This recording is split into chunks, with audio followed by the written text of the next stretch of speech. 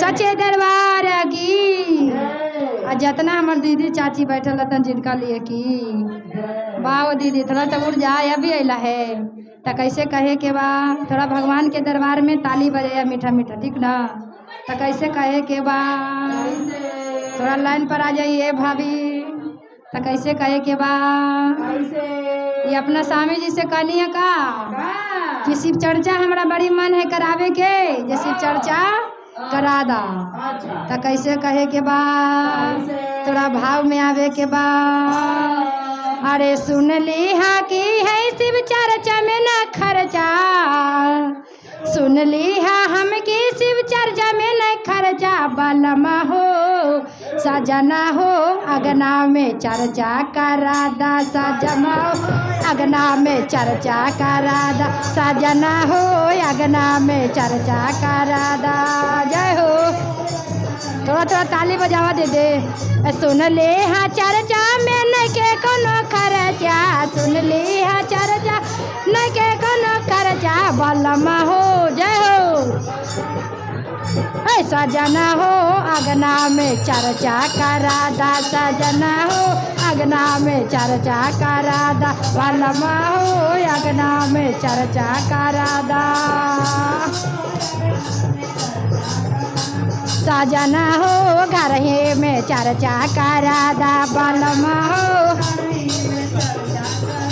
अरे भंगिया मांगा दा धतुरबो मांगा दा भंगिया मांग अरे भंगिया मांगा दा धतुरबो मांगा दा भंगिया मांगा दा धतुरबो मांगा दा बलमा हो सजना हो अगना में चर्चा करा दा सजना हो अगना में चर्चा करा दा बलमा हो अगना में चर्चा करा दा सजना हो अगना में चर्चा करा दा जय हो बलमा हो अगना में चर्चा करा दा बलमा हो कैसे कहे के बा अरे मिसरी मांगा दा मकुदन मोले आदा मिसरी अरे मिसरी ले थोड़ा सा आ जा दीदी भगवान के भक्ति में आ जा तो कैसे कहे के बा दीदी के थोड़ा चुनरी दे दी तो कैसे कहे के बा आ जाही भगवान के दरबार में कोई लाज शर्म नहीं डांस करे में है ना माता रानी महादेव के सब देह में सुख दी है कि भगवान के भक्ति में सब झूम जाइए तो कैसे कहे के बा सजना हो बलमा हो हमरा शिव चर्चा करा दा बलमा हो जय हो झुमके दीदी अरे सुन ली हाँ चर्चा में न के कोनो खर्चा सुन ली शिव चर्चा में न के कोनो खर्चा सुन सजना हो ओए बलमा हो अगना में चर्चा करा दा कलमा हो अगना में ना सजना हो अगना में चर्चा करा दा बलमा अरे फलवा मांगा दा जोड़े नारियर मांगा दा फलवा मांगा दा जोड़े नारियर मांगा दा फलवा राधा सजना हो जय हो बलमा हो अगना में चर्चा करा दा सजना हो अगना में चर्चा करा दा सजमा हो अगना में चर्चा करा दा सजमा हो यारे कैसे कहे के बाद थोड़ा इधर आ जाइए भाभी इतना भाव से चर्चा करा रहनू हाँ अपना स्वामी जी से सब चीज़ मंगैला है तो थोड़ा भगवान के दर में झूम के कैसे कहे के बा अरे लंगबो मांगा दाई लचियो ले आदा लंगबो ले जय लंगबो ले आदा लचियो मांगा दा लंगबो मांगा दा बलमा हो सजना हो घर ही में चर्चा करा दा बलमा हो घर ही में चर्चा करा बलमा हो घर ही में चर्चा करा दा।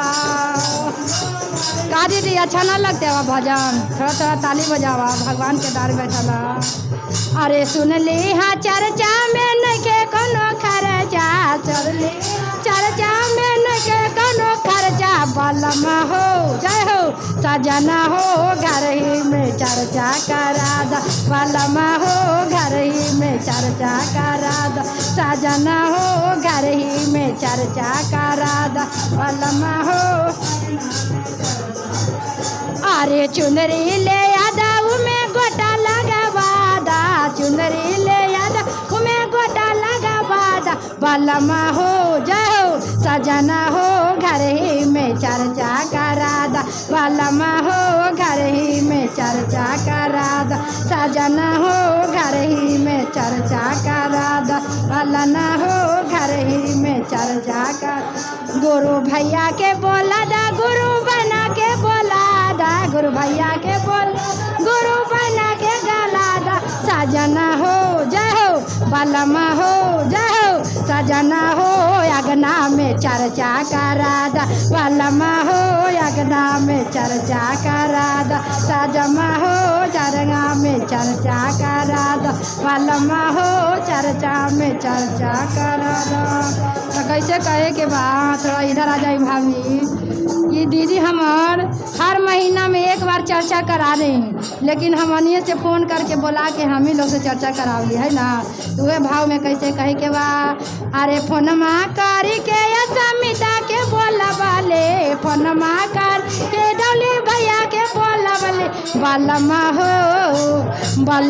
हो आय हाय हाय सजना हो घर ही में भजन गावादा। बलमा हो घर ही में भजन गावादा। सजना हो घर ही में चर्चा करा दा। बलमा हो घर ही में चरना कर।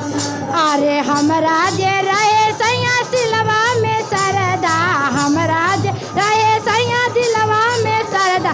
बलमा हो जय हो सजना हो दिलवा के सरधा पूरा दा। बलमा हो दिलवा के सरधा पूरा दा।